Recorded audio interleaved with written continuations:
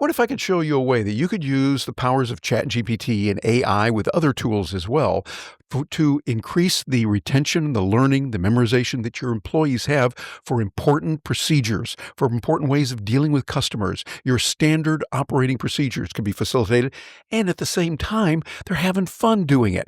And you can learn details of things you might want to do. I've got a little secret I want to share with you in this video. It's going to make it well worth your time. You want to stay with us all the way through on this one because it's going to show you how you can do this, how I'm using it right now, and we're going to have some fun with it. And the way we can do that is by tapping into the power of ChatGPT's Study and Learn and other tools as well. Hi, I'm Terry Brock with Stark Raving Entrepreneurs, and we help businesses and entrepreneurs like you to achieve the goals they want. We're using tools like this. I'm going to show you exactly what to do. Like, for instance, what if I said, what is the capital of Illinois? And you said, well, let's see, I think it might be Chicago. Well, that sounds like it might be, and many people think that, but it's actually Springfield. Springfield, Illinois is the capital, area code 217, matter of fact, and 447 now they just added that. But you see, little things like that, you might be thinking, well, Terry, why is that? Neuroscientists, psychologists, people who are way, way smarter about the brain and learning than I am, say that the more we exercise that, the more we stretch it and make it wonder and question and have to kind of stretch a little bit in our brains, the more we learn. What if we could take that capability and then bring that into business so you could do it? See, we all have these gaps, but in business, that gap could be not just a little bit of, oh, whoops, I got it wrong, but you could lose a customer.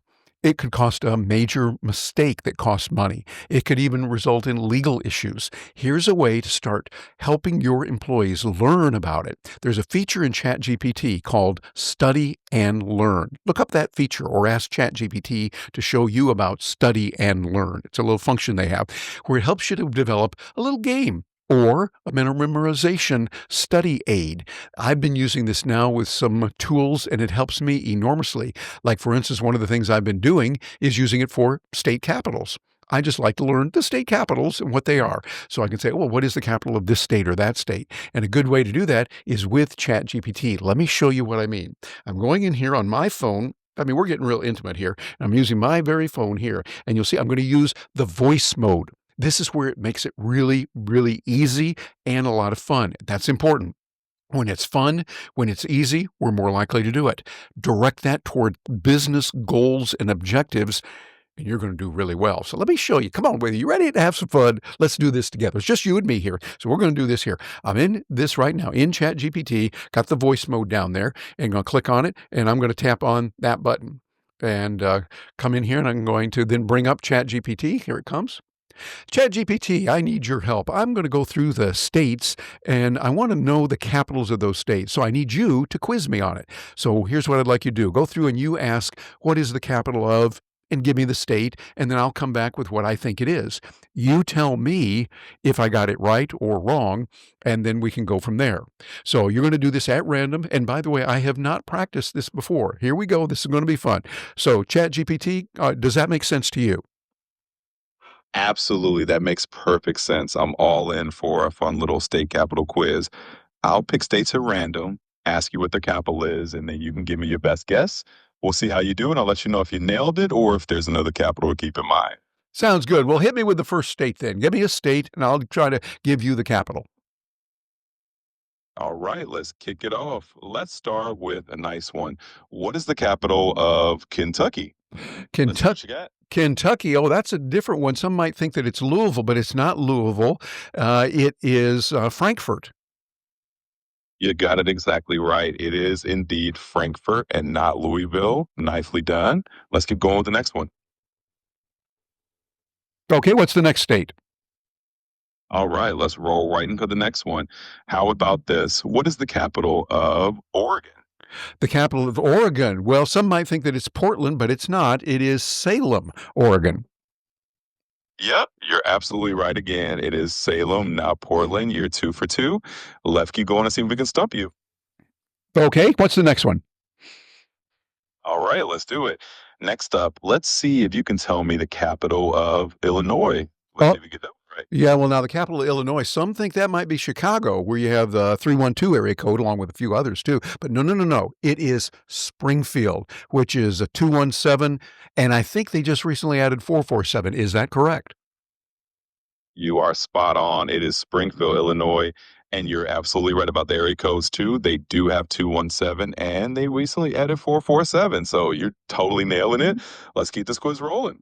Well, thank you. I appreciate it. We're going to put time out for right now, but ChatGPT, we really appreciate your help on this. Thank you, sir. You're so welcome. I'm glad we could have some fun with it. And anytime you want to jump back into more quizzes or anything else, just let me know. All right. There we go. Well, you see, the capabilities of this are pretty amazing because you might think, well, why would I do that with state capitals? What is it? Well, it's a way to do push ups mentally. We know that doing push ups, setups, and things that are approved by your medical authority, someone who knows a whole lot more about this than I do, you can learn a lot and you can gain a lot that way. So, what we want to do is we want to find what we can do and then turn that into business. How can we use that for business? So think about what just happened. As I was playing around there and playing with the state capitals, that's a fun thing to do. By the way, I would encourage you to take a look at that. Might be good for kids of all ages. We learn that. Have something that is practical, maybe periodic table of the elements, might be area codes. I like to put in area codes also, just fun where it is. And it keeps your brain going. And people way, way smarter than me say, yeah, you need to do this. The more you stretch your brain, the better off. Like I was mentioned before, this is important. So what you want to do is do that. But think about it from a business point of view. What you're doing is you're having fun. People like that. They enjoy coming to work. They're going to be more productive for you. And they're growing their brains personally by learning something useful. You're encouraging them to do that. And you're going through your standard operating procedures, how you operate, how you work with someone. Let me give you a good case in using this in business. Let's suppose you're working with a client, Mary Jones, and I'm going to be the new rep going over to see Mary Jones. Wouldn't it be good if we had all the other records of what had been transpired with Mary Jones and her company before I came on board? So the person, let's say it was Bob, was coming over to work, had worked with her for a long time, and he kept notes. This is something that's real important. My buddy Harvey McKay talks about it. He has a thing that he used years ago and still working today, the McKay 66. What is that? It's something that most people don't know. They know more about people that are their customers than many others do. Over time, you get to know someone. Yes, they know their name, their phone number, their email address, the products they've ordered, those kind of things. But even more, you want to have a memory of what they like, what they don't like, what they liked about the blue widgets. They didn't like the blue widgets on Monday. They wanted the yellow widgets on Monday or whatever it might be for them. And personal information that you gather as you go. You find out, oh, Mary Smith, she is a big fan of Michigan State. Yep, she's a Spartan fan through and through, went there and her kids are going to go there and da da da da da. Well, me knowing that as the new rep would be very helpful. So that if I say, hey, I know someone that went there, or hey, I had a friend that got me a little Spartan character or something like that, the Spartans up there in Michigan State, whatever it might be. Harvey McKay says it real well. Little things mean a lot. That is not true. Little things mean everything. You want to remember those little things, and this is a way to do it. And with the GPT capability of study and learn, and something that's available in other tools as well, Perplexity or Claude, Grok, all of those others have their own version of these kind of things. You can then build your procedures so that now that's built in there. So if I know I'm going to go see my hypothetical Mary Jones client who has been with us and worked with Bob, but Bob had to move on for some other reasons. He's no longer with us. I want to come up to speed and know everything that Bob had about that. I can go through a test that lets me understand, did Mary Jones like Michigan State, or was it Ohio State? Big difference up there. You know, was it Ohio State or was it Michigan State, or definitely not University of Michigan? Whoa, Michigan State, they don't like that. Well, that's a whole nother thing. But you see, knowing those little nuances make all the difference in the world. When you're in business and when you're in sales, and We're all in sales. So you want to make sure that you're helping that way. And also you're using the retention. By using the computer, they can go back and use it and review it at any time. When you had the old PDFs and the books and things, it can be real boring. And if it's boring, that means they're not going to bother. They want to stay away from it. So what you want to do is work with that. I found that by using the state capitals, it's just a way for me to keep my memory going and to learn a lot. And psychologists will agree. You need to stretch your brain. The more you stretch it, you keep it plastic and active, keep it moving around, you're going to do it. So you see, this is not just for work. This is for your personal life, and it's for your employees' personal life as well. So what you want to do is get to know that tool within ChatGPT and let it quiz you. Build a quiz with it. Say, hey, I want you to give me a quiz on this, and then it can remember what you did. This is good. Now, you make sure you exercise it within privacy. Don't put in there your mother's maiden name and your social security number and financial information that's real sensitive. No, no, no, no.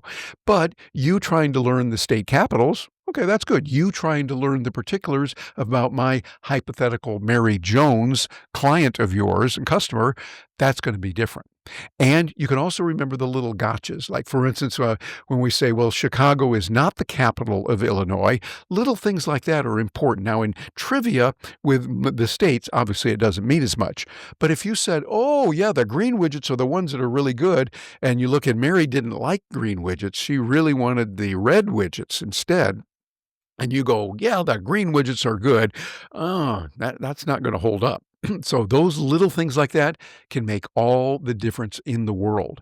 So you want to use this, practice with it. So this is the way we get it done, and this helps to pay the bills. Why? Because when you got a workforce that knows about their customers, they're treating the customers right, and they're vividly aware of the procedures in the standard operating procedures in your business manual. Those SOPs are so important. And also, in our world today, things are changing rapidly.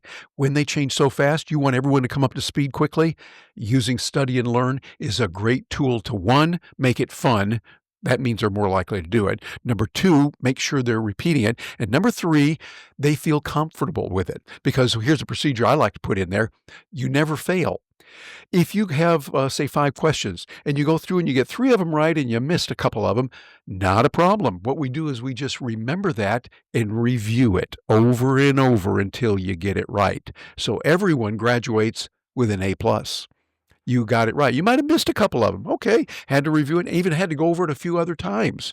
Not a problem at all. What you want to do is you want to practice this and keep working with it. So you can have it quiz you on a certain topic and then work with it that way. This works for new hires on their onboarding. This is working for people that have been with you for a while, need to be refreshed on the way we handle customers on this. Those important things for you. This is a no-fail environment. You keep going and you make it work. And by the way, another real good thing about it, as psychologists and the neurologists and the wonderful medical people that are out there tell us, the more you stretch your brain, the more you use it, the better off you're going to be. You're going to be able to say, okay, this is how we do it, and you can do that. And by the way, speaking of that, we've got something for you here at Stark Raving Entrepreneurs that can help you. Now, this is not the time to turn out. I got a good gift for you coming up here. So hang in there with me. First of all, like this one on YouTube. If you're watching this on another format, we'd love you to just share this with others. Let them know about it. A lot of people can use this. They will thank you for doing it. And then subscribe to this. That would mean the world to us. If you could subscribe here, let us know that you really like it and we're there with you. And we've got a gift for you. Things are changing real rapidly, so we put together an ongoing training course called AI Tools for, the number 4, for Biz, AITools4Biz.com. And we give you the examples of how to use these tools, how to use them, and to watch some videos that can help you with that. This is our gift to you. There's no charge. Yeah, you get on our mailing list. If you don't want to be on there, you can bounce off as well, but you're on there and you get a chance to be part of it. So I want you to think about how you can use this and drop me a note. Let me know, what do you think of this study and learn capability? It's got some real great capabilities. Are you using it? What are your thoughts on putting it together? And we'll look forward to hearing from you. And got another video you want to see. This one is about how you can use video and use audio and another means. We've been getting a lot of real favorable notices about this, and we want to help you with it. I'm Terry Brock, Virginia Carr, and all of us here at Stark Raving Entrepreneurs. Thank you very much for joining us today.